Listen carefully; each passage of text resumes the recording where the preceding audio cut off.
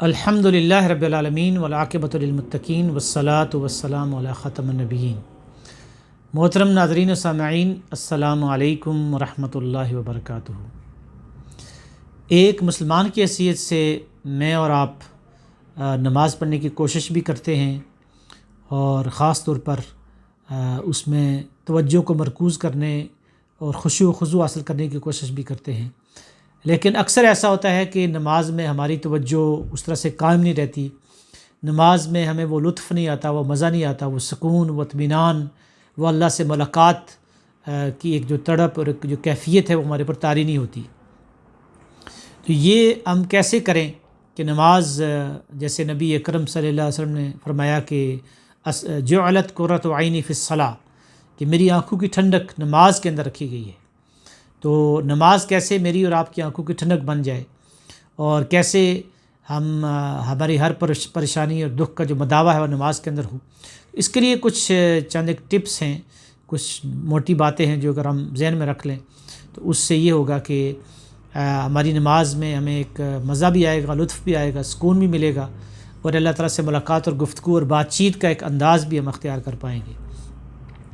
پہلی چیز جو اس سلسلے میں ہے وہ یہ ہے کہ جب ہم جو ہی اذان سنتے ہیں تو پھر وضو کے لیے جب ہم تیاری کرتے ہیں تو گویا کہ ہم یہ ذہن میں لائیں کہ جیسے ہماری کوئی پسندیدہ شخصیت ہوتی ہے، کوئی فیورٹ ہمارا فرد ہے، کوئی عالم ہے، اسکالر ہے، یا کوئی اور سوشل میڈیا کا کوئی بندہ ہے، یا اور کوئی میڈیا کا کوئی فرد ہے جو ہمارا پسندیدہ فرد ہے، تو گویا ہم اس سے ملاقات کے لیے اگر ہمیں ٹائم مل رہا ہے تو ہم اس سے ملنے جا رہے ہیں۔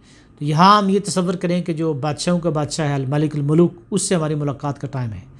اس کے بعد پھر یہ ہے کہ جب ہم نماز میں کھڑے ہو جاتے ہیں وضو کر کے تو ہم کہتے ہیں تکبیرۃ الاحرام، اللہ اکبر۔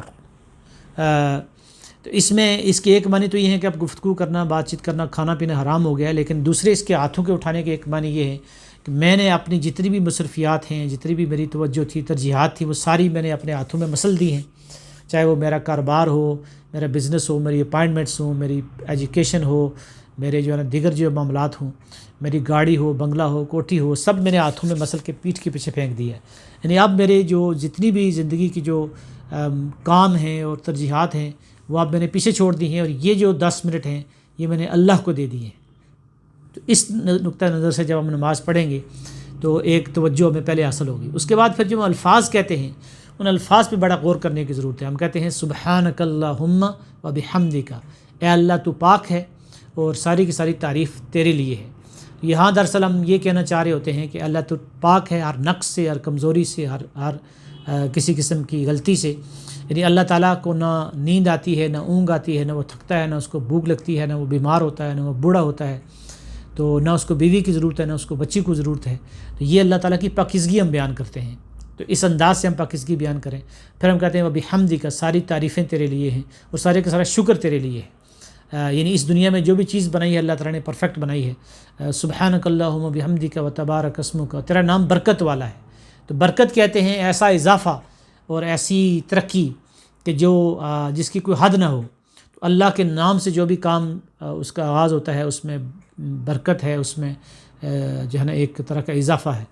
وتعالی جدک، تیری شان بڑی اونچی ہے۔ تو اللہ تعالیٰ عرش کے اوپر متمکن ہے، اور پہلا آسمان سے لے کر دوسرے، تیسرے، ساتویں آسمان تک ہم توجہ لے کے جائیں اپنے تصور میں، خیال میں، کہ اس کی شان اتنی بلند ہے کہ وہ عرش کے اوپر ہے۔ وتعالی جدک ولا الہ غیرک، اور تیرے سوا کوئی الہ نہیں ہے۔ الہ کے بہت سارے معنی ہیں عربی زبان میں، لیکن عام طور پر یہ آسان معنی یہ ہے، عربی میں کہتے ہیں الہ الابل، اونٹنی کا بچہ جو ہے وہ جب اس کو بھوک لگی یا اس کو خطرہ محسوس ہوا کسی درندے کے حملے کا، تو وہ بھاگ کر اپنی ماں کے پاس آ گیا، تو اس کو کہتے ہیں الہ الابل۔ تو الہ وہ ہستی ہے کہ جب مشکل ہو، پریشانی ہو، خطرہ ہو تو اس کی طرف ہم بھاگ کر جائیں۔ تو اللہ میرا اور آپ کا الہ ہے، تو ہم گویا کہ اپنی مشکلات، اپنی پریشانیوں اور دکھوں سے بچنے کے لیے اس کے دامن میں پناہ لے رہے ہیں، وہ ہمیں اپنے دامن میں سمیٹ رہا ہے۔ تو اس انداز سے ہم پڑھیں سبحانک اللہم و بحمدک و تبارک اسمک و تعالی جدک ولا الہ غیرک۔ تو یہاں سے ہی ہماری توجہ قائم ہو جائے گی۔ اس کے بعد پھر ہم جو ہے نا وہ تعوذ و تسمیہ پڑھتے ہیں، اعوذ باللہ من الشیطان الرجیم، بسم اللہ الرحمن الرحیم۔ تو اس سے بھی گویا کہ ہمیں یہ احساس ہوتا ہے کہ اللہ کے نام سے ہم آغاز کر رہے ہیں، اور پھر شیطان جو وسوسے ڈال رہا ہے اس نماز میں اس کو ڈسٹرب کرنے کے لیے، توجہ کو ہٹانے کے لیے، تو ہم اس سے بچنے کے لیے اللہ تعالیٰ کی پناہ لے رہے ہیں۔